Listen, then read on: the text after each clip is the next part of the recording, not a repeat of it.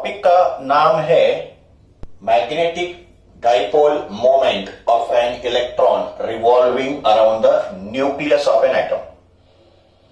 So when electron is revolving around the nucleus of an atom, then electron also possesses magnetic dipole moment. तो उस revolving electron का magnetic dipole moment का formula हमको derive करना है. उसके लिए consider one hydrogen atom. Diagram में यहां पे एक हाइड्रोजन एटम को ड्रॉ किया. दिस इज न्यूक्लियस एंड ये हो गया एक electron. Hydrogen atom consist of only one electron. तो दिस इज न्यूक्लियस और ये इलेक्ट्रॉन है.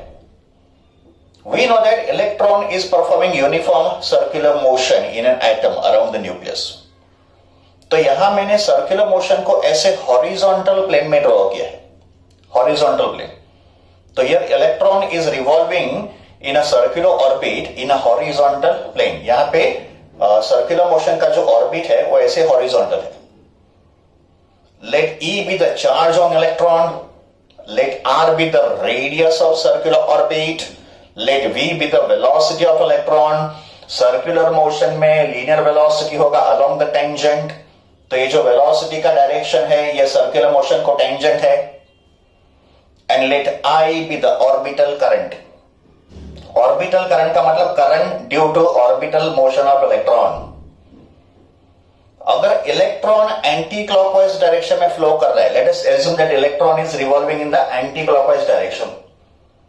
तो if electron is revolving in the anticlockwise direction, orbital current will flow in the clockwise direction because direction of flow of electron and direction of conventional current is exactly opposite.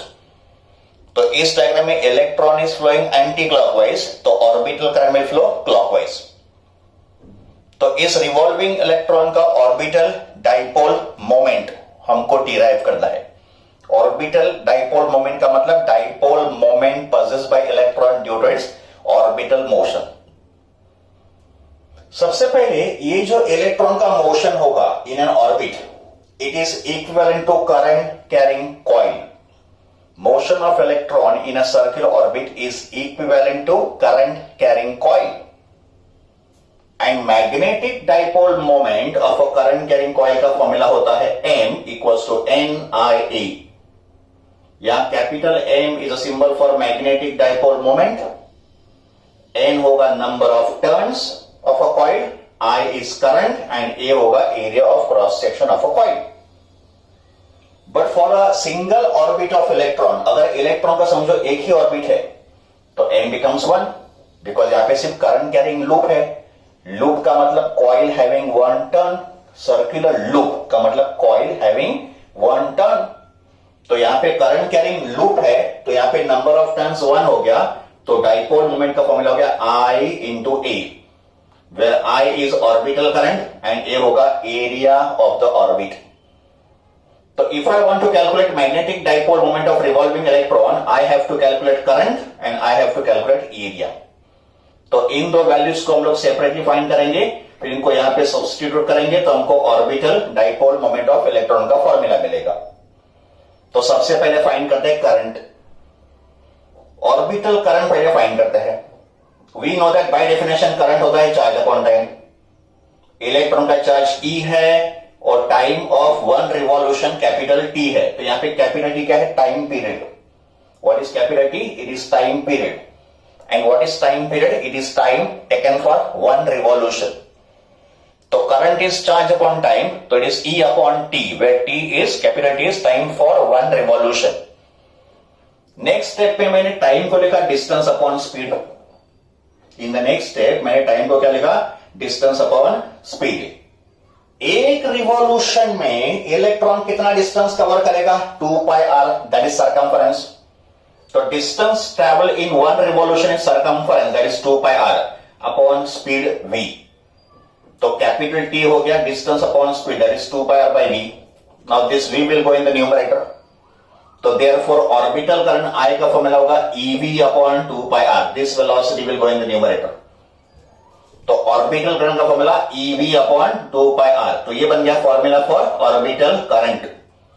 तो atom के अंदर electron की motion की वजह से जो orbital current form होगा उसका फॉर्मूला होगा EV/2πr, where E is charge of electron, V is velocity of electron and R होगा radius of circular orbit।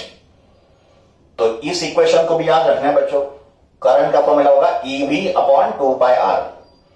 तो I तो हमको मिल गया है ना, EV/2πr। अभी क्या फाइंड करना है, एरिया। तो area of the current loop, ये जो करंट लूप फॉर्म हो रहा है उसका एरिया कितना होगा, that is same as area of circle, because loop तो सर्कुलर है and area of circle is pi r square. तो वी गॉट I का वैल्यू, वी गॉट A का वैल्यू। तो अभी इन दो वैल्यूज को यहां पे सब्स्टिट्यूट करेंगे और ऑर्बिटल डाइपोल मोमेंट फाइंड करेंगे। तो in the next step, orbital dipole moment of revolving electron, इसको हम लोग कॉल करेंगे MO। यहां पे symbol O stands for orbital motion. तो MO will be the symbol of orbital dipole moment of revolving electron. तो उसका फॉर्मूला होगा I इंटू A। अब हमको करंट और एरिया का फॉर्मूला इसमें सब्स्टिट्यूट करना है। करंट कितना है, EV/2πr, एरिया कितना है, πr स्क्वायर। तो एक r यहां से कैंसिल कर लो, पाई को भी कैंसिल कर लो, तो pi gets cancel, 1r gets cancel, orbital dipole moment MO का फॉर्मूला EV/2। तो ये हो गया equation for orbital magnetic moment या orbital dipole moment of a revolving electron of an atom. क्या फॉर्मूला है, MO इक्वल्स टू EV/2। यहां पे M stand for orbital dipole moment, M stand for orbital motion, तो इसको बोलेंगे orbital dipole moment. Formula क्या है, EV/2। E क्या है, चार्ज ऑन इलेक्ट्रॉन, V क्या है, वेलोसिटी ऑफ इलेक्ट्रॉन, R क्या है, रेडियस ऑफ सर्कुलर ऑर्बिट। तो MO का फॉर्मूला EV/2। नाउ ये जो डाइपोल मोमेंट है वो एक वेक्टर क्वांटिटी है। तो if dipole moment is vector quantity, it will have direction also. Now let us find out direction of this dipole moment. And direction of orbital dipole moment is obtained by right hand thumb rule. तो इस MO का direction find करने के लिए हम लोग apply करेंगे right hand thumb rule. Now according to right hand thumb rule हम लोग क्या करेंगे, राइट हैंड के फिंगर्स को करंट के डायरेक्शन में कर्ल करेंगे। तो इफ करंट इज क्लॉकवाइज, अगर करंट यहां पे क्लॉकवाइज फ्लो कर रहा है तो राइट हैंड के फिंगर्स को ऐसे क्लॉकवाइज डायरेक्शन में टर्न करेंगे। तो if right hand fingers are curled in the direction of current, यहां पे करंट क्लॉकवाइज है तो राइट हैंड के फिंगर्स को ऐसे क्लॉकवाइज कर्ल करेंगे, तो जहां पे थंब होगा वहां पे डाइपोल मोमेंट का डायरेक्शन होगा। तो according to right hand thumb rule, if current is clockwise, the fingers of the right hand are curled clockwise, then thumb is pointing in the downward direction, तो orbital magnetic moment का direction कैसे होगा, downward. तो ये हो गया magnitude of orbital dipole moment और ये उसका डायरेक्शन हो गया, it is pointing in the downward direction. तो according to the right hand thumb rule, the direction of magnetic dipole moment will be perpendicular to the plane of the circular orbit and it is in the downward direction. तो ये तो हो गया derivation of magnetic dipole moment of revolving electron. Next step में हम लोग calculate करेंगे orbital angular momentum of revolving electron. तो अगर एटम के अंदर इलेक्ट्रॉन सर्कुलर मोशन कर रहा है तो electron is having some velocity, तो because of that electron will also possess angular momentum. तो इस एंगुलर मोमेंटम को बोलेंगे orbital angular momentum because it is due to its orbital motion. And rotational dynamics में हमने स्टडी किया था equation of angular momentum. Angular momentum of a particle performing circular motion या rotational motion is given by mvr और angular momentum का symbol क्या होता है, L। तो L equals to mvr. This is the formula for angular momentum of rotating body. M is mass, V is velocity and R होगा radius of its circular orbit। या R होगा distance of particle from the axis of rotation। तो electron के लिए angular momentum का formula होगा LO equals to ME into VR। यहां पे LO is a symbol for orbital angular momentum. Angular momentum का सिंबल L होता है, ये ऑर्बिटल मोशन की वजह से इसके यहां पे O लिखा, so symbol O stands for orbital motion. ME stands for mass of electron, ये मास ऑफ इलेक्ट्रॉन है, V is velocity and R is radius of its circular orbit. So this is equation for angular momentum of electron due to its orbital motion. Direction of angular momentum is perpendicular to the plane of the orbit and it is in the upward direction. तो जैसे orbital dipole moment का direction perpendicular to the orbit था, वैसे angular momentum का भी direction perpendicular to the plane of the circular orbit होगा, और इसका भी डायरेक्शन हमको राइट हैंड थंब रूल से मिलेगा। Now to find out direction of angular momentum in this diagram, तो हमको क्या करना है, right hand thumb rule apply करना है। तो डायरेक्शन ऑफ एंगुलर मोमेंटम के लिए राइट हैंड के फिंगर्स को कर्ल करो in the direction of motion of electron. तो यहां पे इलेक्ट्रॉन का मोशन एंटी क्लॉकवाइज डायरेक्शन में है, तो राइट हैंड के फिंगर्स को हम लोग टर्न करेंगे एंटी क्लॉकवाइज डायरेक्शन में। तो फिर जहां पे थंब पॉइंट करेगा वहां पे एंगुलर मोमेंटम का डायरेक्शन होगा। तो if you want to find direction of angular momentum, you have to apply right hand rule. Orbital angular momentum के लिए you have to apply right hand thumb rule. तो right hand thumb rule में right hand के fingers को curl करो in the direction of motion, and if fingers are curled in the direction of motion, then the outstretched thumb will give the direction of angular momentum. तो यहाँ पे electron का motion anti clockwise हो रहा है, current की बात नहीं कर रहा हूं मैं, इलेक्ट्रॉन मोशन की बात कर रहा हूं। तो इलेक्ट्रॉन का रिवॉल्यूशन कैसे हो रहा है, एंटी क्लॉकवाइज। तो if electron is revolving in the anticlockwise direction, right hand के फिंगर्स को ऐसे एंटी क्लॉकवाइज डायरेक्शन में कर्ल करो, तो thumb will point upward, therefore angular momentum is upward. And जब भी हमने ऑर्बिटल डाइपोल मोमेंट का डायरेक्शन फाइंड किया, तभी भी हमने राइट हैंड रूल अप्लाई किया। बट ऑर्बिटल डाइपोल मोमेंट के राइट हैंड रूल में राइट हैंड के फिंगर्स को कर्ल करो in the direction of current, है ना। एम का डायरेक्शन जब भी फाइंड करना है तभी फिंगर्स को करंट के डायरेक्शन में कर्ल करो, thumb will indicate dipole moment का direction.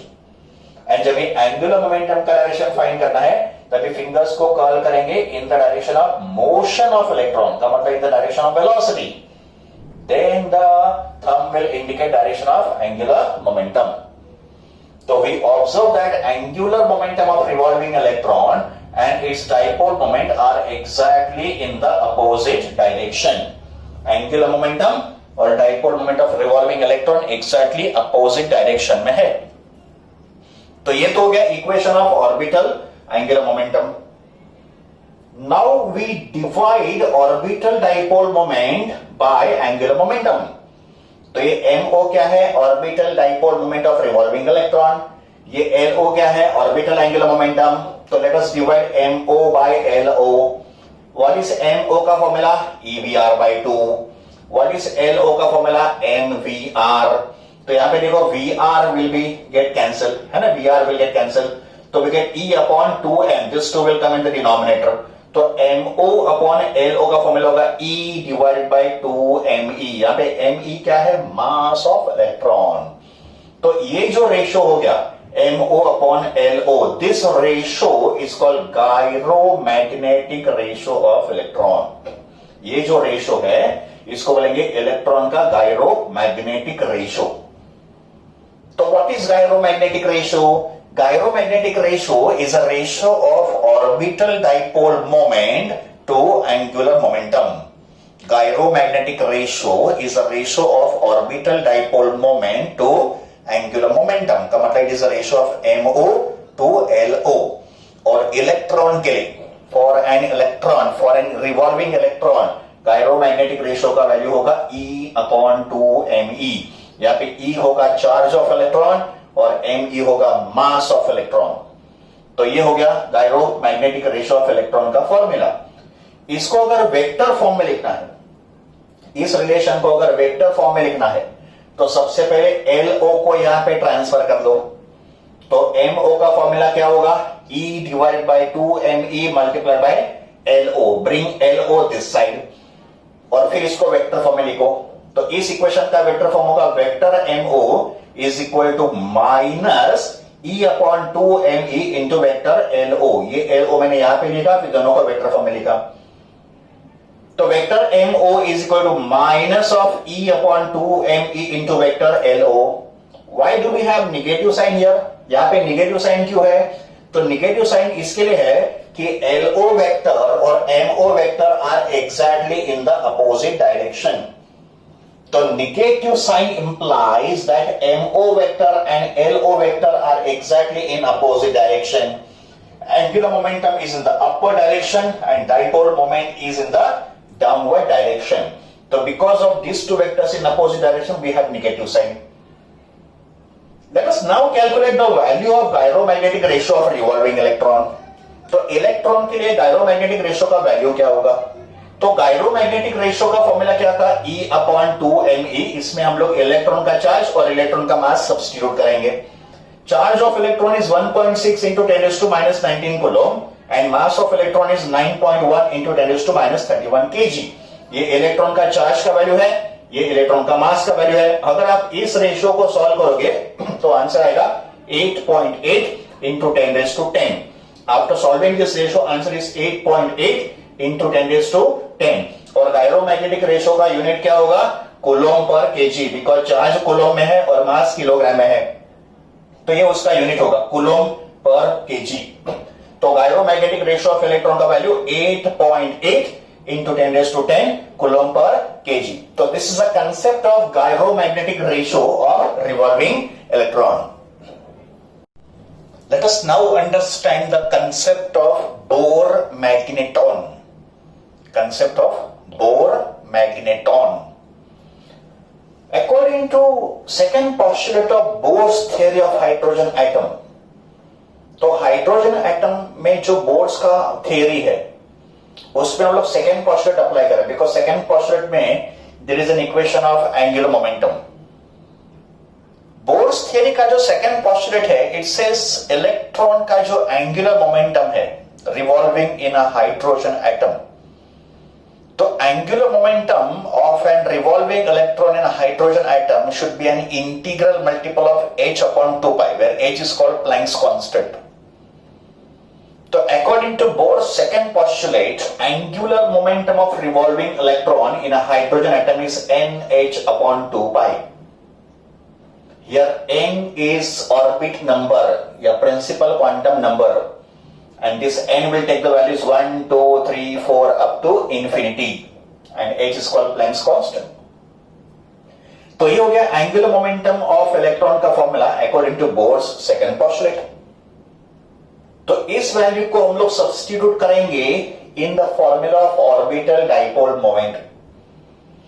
Orbital dipole moment of revolving electron का फॉर्मूला हमने क्या लिखा था? MO equals to E upon 2me multiplied by LO.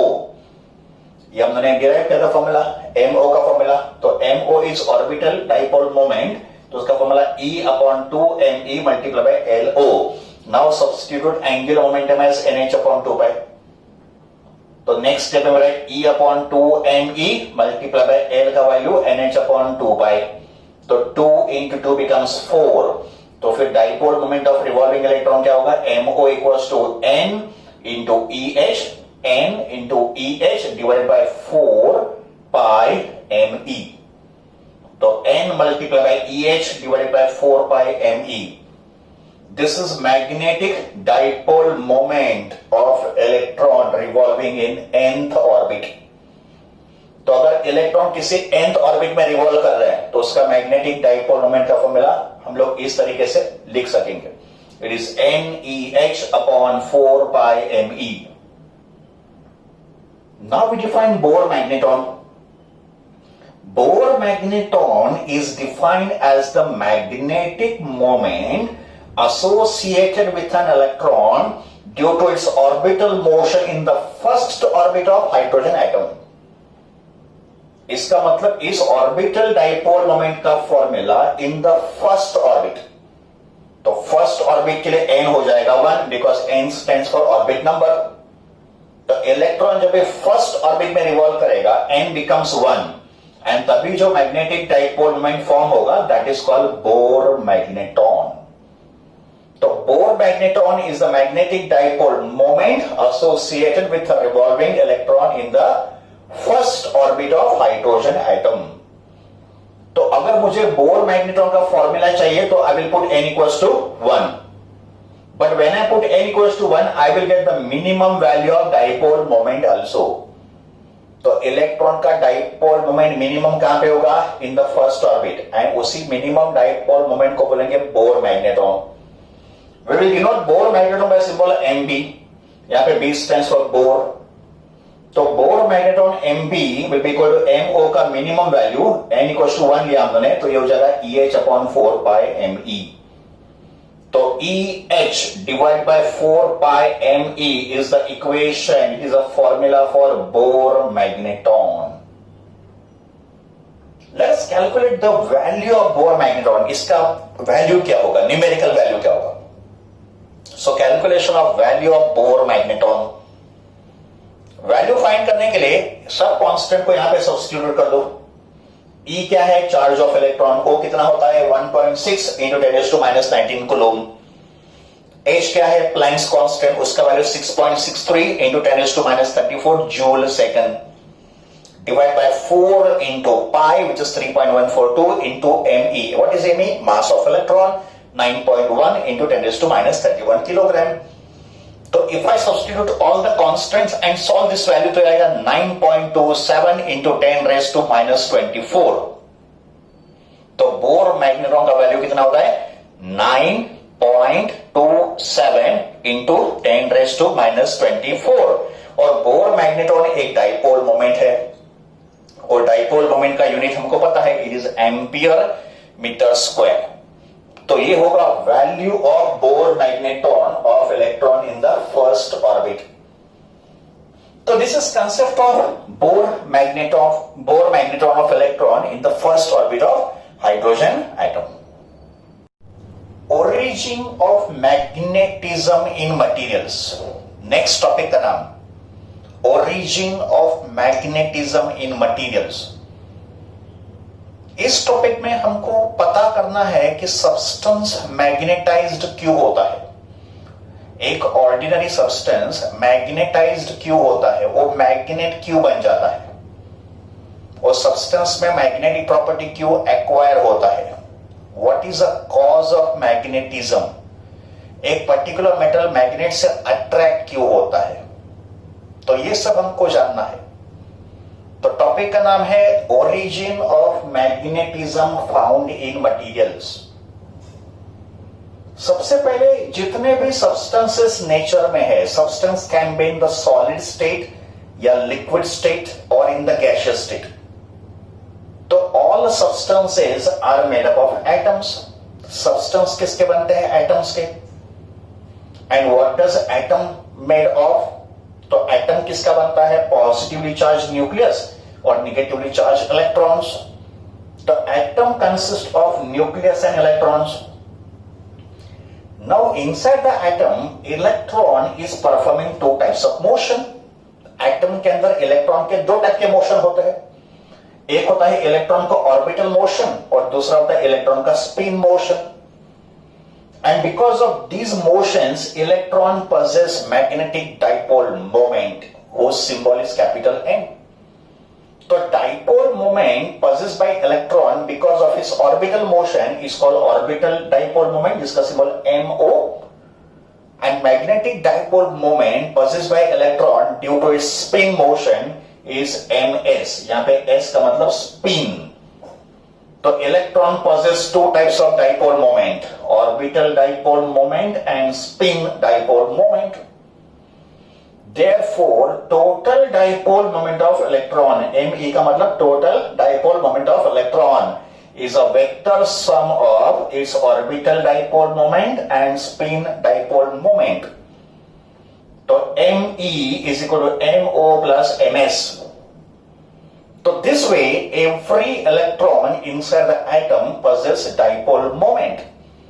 हर एक इलेक्ट्रॉन का एक डाइपोल मोमेंट होता है जो MO plus MS के वेक्टर एडिशन के बराबर होगा। Electron possesses dipole moment because of its motion.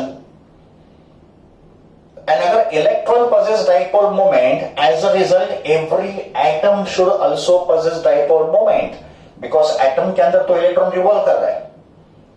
तो dipole moment of electron is MO plus MS, that is the sum of orbital dipole moment and spin dipole moment.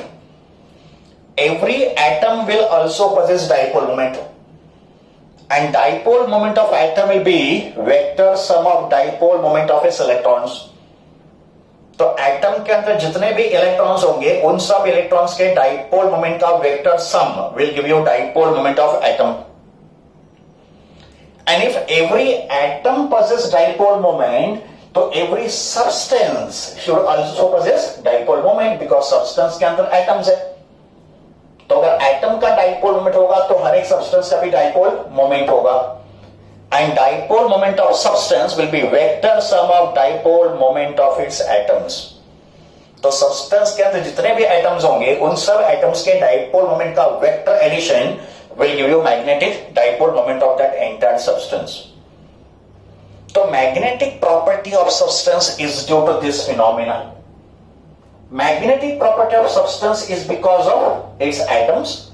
Magnetic property of atoms is because of its electrons, and magnetic property of electrons is due to its orbital motion and spin motion. So we can say origin of magnetism in materials is due to motion of electrons. Substance के अंदर जो magnetic property arise होता है it is due to motion of electrons. तो electron के motion की वजह से सब्सटेंस के अंदर मैग्नेटिक प्रॉपर्टीज अराइजेस. तो this is topic origin of magnetism found in materials. Important terms को भी समझना है. Some important terms used to describe magnetic properties of material. तो किसी सब्सटेंस के मैग्नेटिक प्रॉपर्टी को डिस्क्राइब करने के लिए जो हम लोग इंपॉर्टेंट टर्म्स का यूज करेंगे उसको हम लोग वन बाय वन स्टडी करेंगे.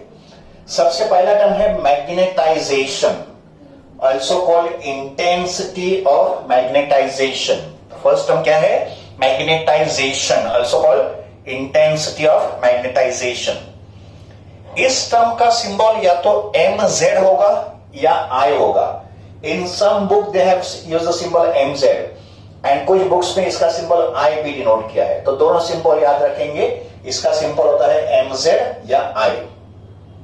What is intensity of magnetisation और व्हाट इज मैग्नेटाइजेशन? सपोज एक मटेरियल है, ये एक सब्सटेंस है और सब्सटेंस के अंदर ये एटम्स है. तो ये जो सर्कल आप देख रहे हो ये उसके एटम्स है और इस सब्सटेंस को मैग्नेटाइज करने के लिए उन्होंने एक एक्सटर्नल मैग्नेटिक फील्ड अप्लाई किया. तो this is the direction of external magnetic field applied.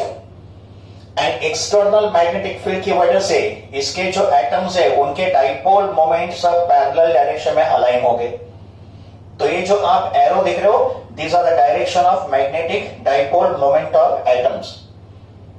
And when magnetic dipole moment of all the atoms are aligned parallel to each other, अगर सब एटम्स के मैग्नेटिक डाइपोल मोमेंट्स अलाइन होंगे parallel to each other and in the direction of external magnetic field, का मतलब सब atoms के dipole moment parallel होंगे और एक्सटर्नल मैग्नेटिक फील्ड के डायरेक्शन में होंगे.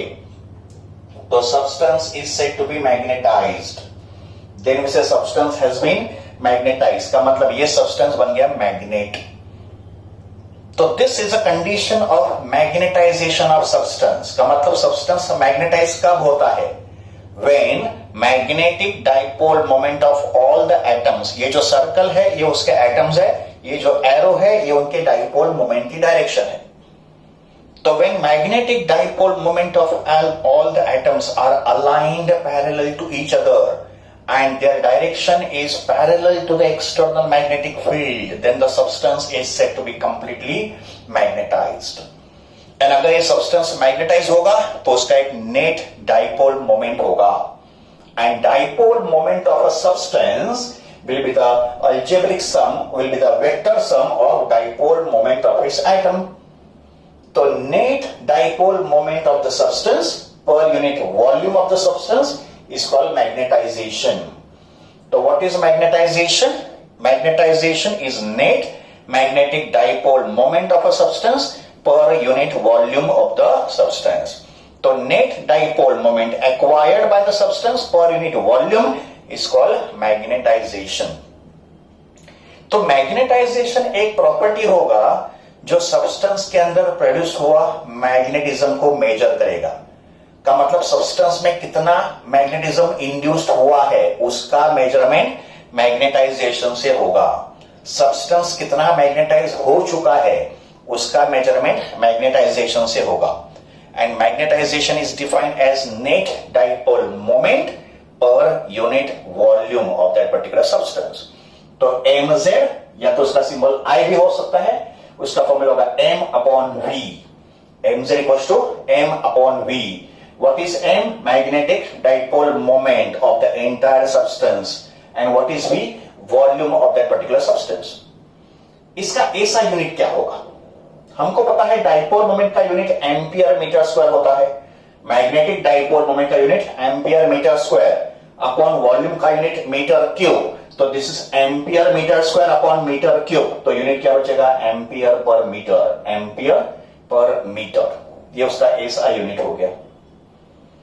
अगर हमको मैग्नेटाइजेशन किसी बार मैग्नेट का कैलकुलेट करना है तो let us consider this to be a bar magnet whose cross sectional area is A and whose magnetic length is 12. Magnetic length का मतलब distance between north pole and the south pole. तो if there is a bar magnet whose area of cross section is A and whose magnetic length is 12, then the volume of that particular magnet will be area of cross section into length. Volume of that bar magnet will be area of cross section into its length. So it is A into 12. And if small m is the pole strength of each pole, अगर हर एक पोल का pole strength m है, तो we know that bar magnet का magnetic dipole moment is pole strength multiplied by magnetic length. So this is magnetic dipole moment of a bar magnet. Pole strength small m multiplied by its magnetic length. तो अगर ये दो values मैंने यहां पे substitute कर दिए तो magnetisation mz will be dipole moment upon volume. Dipole moment is small m into 12 and volume is area into 12. 12 and 12 gets cancelled. It will be pole strength upon area of cross section. It is small m upon E. So for a bar magnet, magnetization, also called intensity of magnetization, is a ratio of pole strength and its area of cross section. But ये जो formula है ये सिर्फ bar magnet के लिए applicable होगा। Pole strength upon area of cross section. For any other material magnetisation होगा dipole moment per unit its volume. Net dipole moment per unit volume. तो ये हो गया first term magnetisation, also called intensity of magnetisation. Second term of basic properties is called magnetic intensity, also called magnetizing force. Magnetic intensity, also called magnetizing force. सबसे पहला term क्या था? Magnetization, also called intensity of magnetization. और second term कौन सा है? Magnetic intensity. दोनों term different है, तो इसको बोलेंगे magnetic intensity, also called magnetizing force. इसका सिंबल होता है H और ये एक वेक्टर क्वांटिटी है, तो राइट वेक्टर H। तो H is a symbol for magnetic intensity और मैग्नेटाइजिंग फोर्स। ये मैग्नेटिक इंटेंसिटी क्या है? What is magnetic intensity? तो magnetic intensity is a degree to which a magnetic field can magnetise a given material. का मतलब किसी substance को magnetise करने के लिए कितना एक्सटर्नल मैग्नेटिक फील्ड चाहिए। How much is the external magnetic field required to magnetise a given specimen और to magnetise a given material, that is called magnetic intensity. It is the amount of external magnetic field required to magnetize a given substance. इसका formula होता है H equals to B0 upon mu 0 या B upon mu. तो H equals to B0 upon mu 0 और B upon mu. B0 upon mu 0 जो है वो free space के लिए होगा. फ्री स्पेस का मतलब एयर और vacuum. And B upon mu जो उसका फॉर्मूला होगा it is for any other medium. B0 होगा magnetic field in vacuum and mu 0 is called absolute permeability of free space. B होगा magnetic field in any other medium और mu होगा permeability of any other medium. तो mu zero होता है permeability of free space, free space का मतलब air और vacuum, और म्यू होगा permeability of any other medium, and mu zero का वैल्यू होता है 4 pi into 10⁻⁷ weber per ampere metre. Mu zero constant है, बट ये जो म्यू है वो मीडियम टू मीडियम चेंज होगा। तो magnetic intensity H is B0 upon mu0 or it is B upon mu. This formula is for free space, this formula for any other medium. Magnetic intensity का भी unit होता है ampere per metre, जो magnetisation का भी था first term, तो इसका भी यूनिट एम्पियर पर मीटर है, उसके डायमेंशंस होंगे L-1A1, L-1A1। तो this term is called magnetic intensity, also called magnetizing force. Now the third term is magnetic susceptibility. The third basic term used to describe magnetic properties of material is called magnetic susceptibility. और magnetic susceptibility का symbol होता है Greek letter काई। ये एक Greek alphabet है, इसको बोलते हैं काई, CHI, उसका प्रोनाउंसिएशन है काई। तो symbol for magnetic susceptibility is काई, लाइक दिस। ये ग्रीक लेटर काय है। Now what is magnetic susceptibility? Magnetic susceptibility is a property which determines how easily a specimen can be magnetised. तो एक गिवन मटेरियल कितना इजीली मैग्नेटाइज होगा, कितना strongly magnetize होगा, वो मेजर होता है उसके ससेप्टिबिलिटी से। तो अगर किसी सब्सटेंस का ससेप्टिबिलिटी लार्ज होगा तो सब्सटेंस स्ट्रांगली मैग्नेटाइज होगा, और जिस सब्सटेंस का ससेप्टिबिलिटी स्मॉल होगा वो वीकली मैग्नेटाइज होगा। तो सब्सटेंस कितना इजीली मैग्नेटाइज होगा, that is measured by magnetic susceptibility. What is the definition of susceptibility? तो magnetic susceptibility of a magnetic substance is defined as ratio of intensity of magnetization to the magnetic intensity। तो ये magnetisation और magnetic intensity का ratio होता है। तो susceptibility chi is equal to I upon H, और intensity of magnetisation का symbol mz भी होता है, तो in place of I we can write symbol mz also, तो it is mz upon H। इसमें I और mz represent intensity of magnetisation, और H सिंबल किसका है? मैग्नेटिक इंटेंसिटी का। तो susceptibility chi is I upon H या mz upon H। Now I का यूनिट एम्पियर पर मीटर है, H का भी यूनिट एम्पियर पर मीटर है, तो ये हो गया ratio of two similar terms, ampere per metre. तो देयरफॉर ससेप्टिबिलिटी का कोई यूनिट नहीं होगा, एंड अगर यूनिट नहीं होगा तो डायमेंशंस भी नहीं होंगे। तो magnetic susceptibility is unitless and dimensionless. Magnetic susceptibility does not have any unit, does not have any dimensions. तो ये हो गया term number 3, that is magnetic susceptibility. Term जो है वो है रिलेटिव मैग्नेटिक परमियाबिलिटी, और रिलेटिव मैग्नेटिक परमियाबिलिटी का सिंबल होता है mu R. Mu is a symbol of permeability and R represent relative. Now what is relative magnetic permeability? तो relative magnetic permeability of a material is defined as the ratio of magnetic permeability of a material, whose symbol is mu, to the magnetic permeability of free space, और उसका symbol होता है mu zero। तो relative magnetic permeability एक ratio होगा permeability of any medium to the permeability of free space. Therefore, mu r, which is a symbol of relative magnetic permeability, तो mu r equals to mu upon mu zero। इसमें mu क्या है? permeability of any material, और mu zero क्या है? permeability of free space। free space का मतलब either air और vacuum। अगर mu r mu upon mu zero है तो mu का फॉर्मूला होगा mu r into mu zero।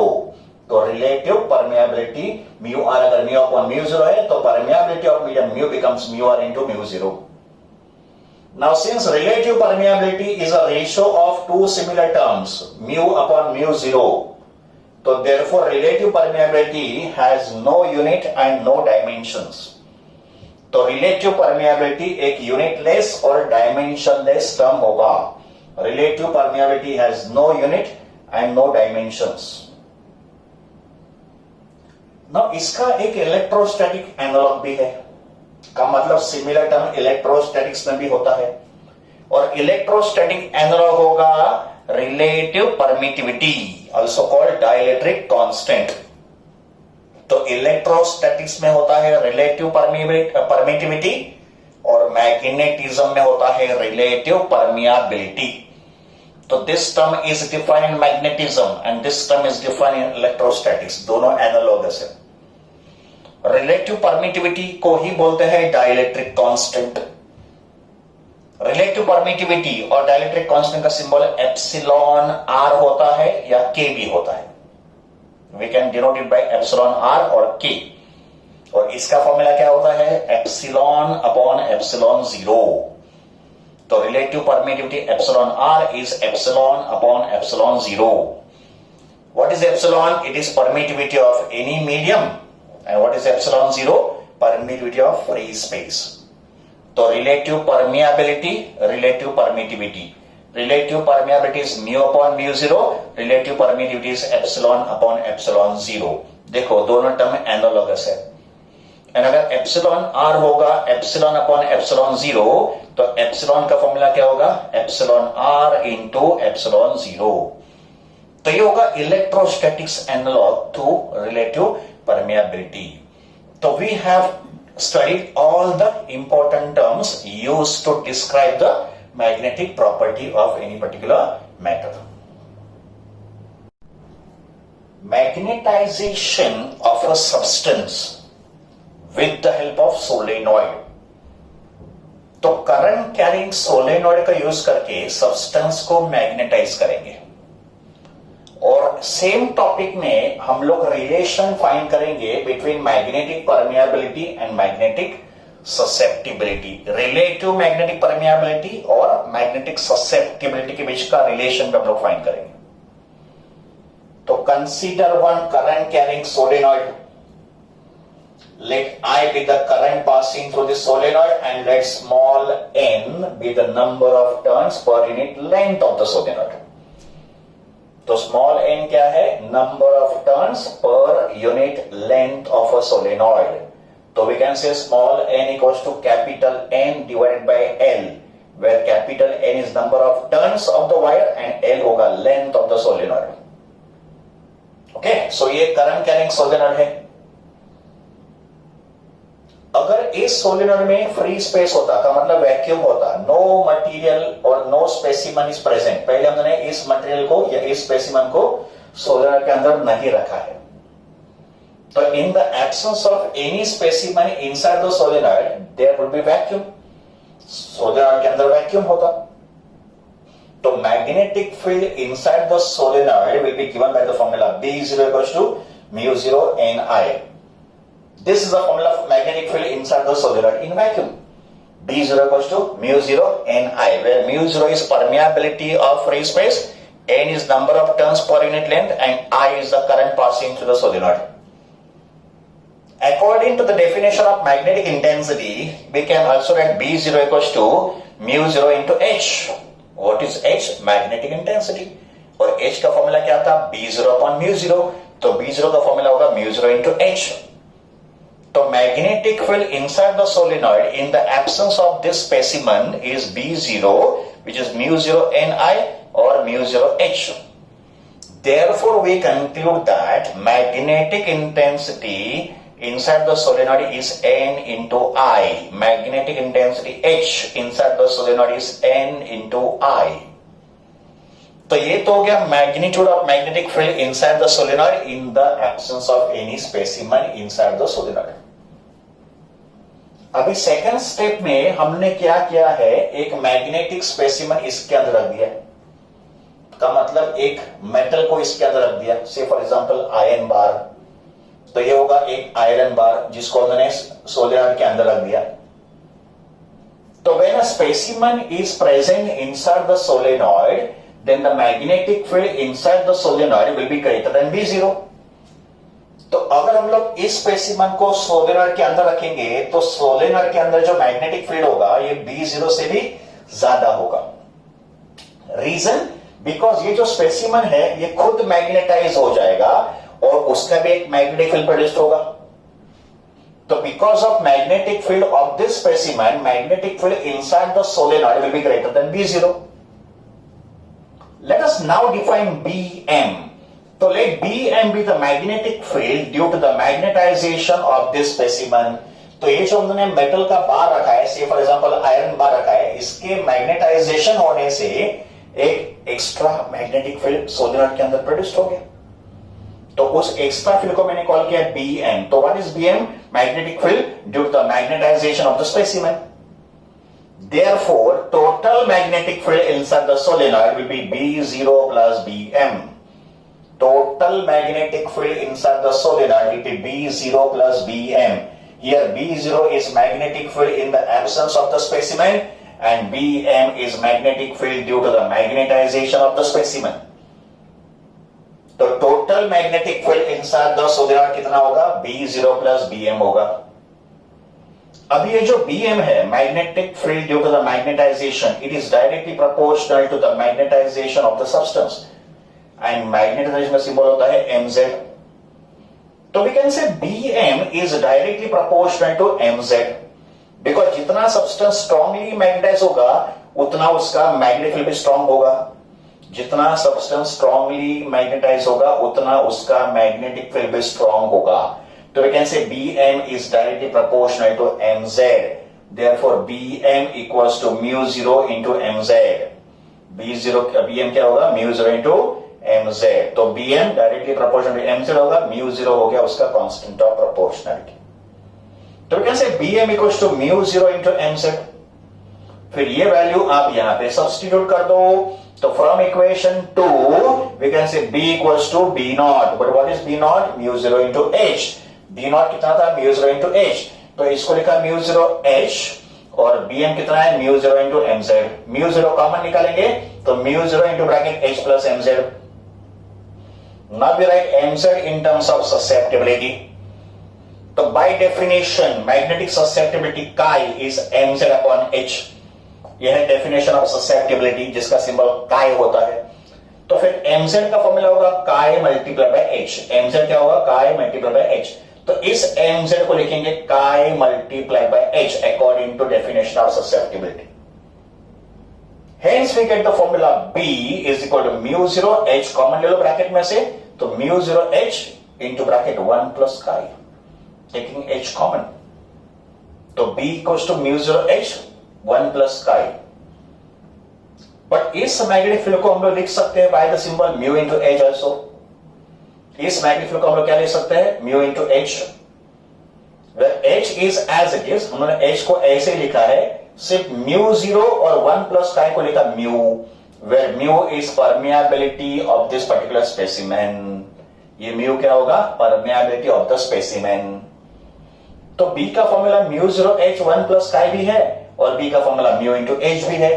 जैसे B0 का फॉर्मूला mu0 H था वैसे B का फॉर्मूला mu into H होगा. जैसे B0 का फॉर्मूला mu0 H था ना वैक्यूम के लिए, वैसे for this particular specimen B का फॉर्मूला होगा mu into H. Now comparing this to we can say ये जो 1 प्लस chi है ये होना चाहिए mu r. तो अगर इन दो इक्वेशन को हमने कंपेयर किया या इक्वेट किया तो 1 प्लस chi ये जो ब्रैकेट है ये रिप्रेजेंट कर रहा है mu r को, because mu0 into mu r तो mu होता है. mu0 into mu r is equal to mu होता है. इसका मतलब ये जो ब्रैकेट है ना 1 प्लस chi ये रिप्रेजेंट कर रहा है mu r को. ये जो ब्रैकेट है ना 1 प्लस chi ये रिप्रेजेंट कर रहा है mu r को, because mu0 into mu r is equal to mu होता है. तो ये हो गया relation between relative magnetic permeability and susceptibility के बीच में. तो what is the relation between relative magnetic permeability and susceptibility? तो रिलेशन होता है mu r equals to 1 plus chi. What is mu r? It is relative magnetic permeability. And what is chi? It is magnetic susceptibility. तो mu r होता है 1 plus chi. ये हो गया magnetisation of a specimen या substance with the help of solenoid. And in the same topic, we have derived the relation between relative magnetic permeability and magnetic susceptibility.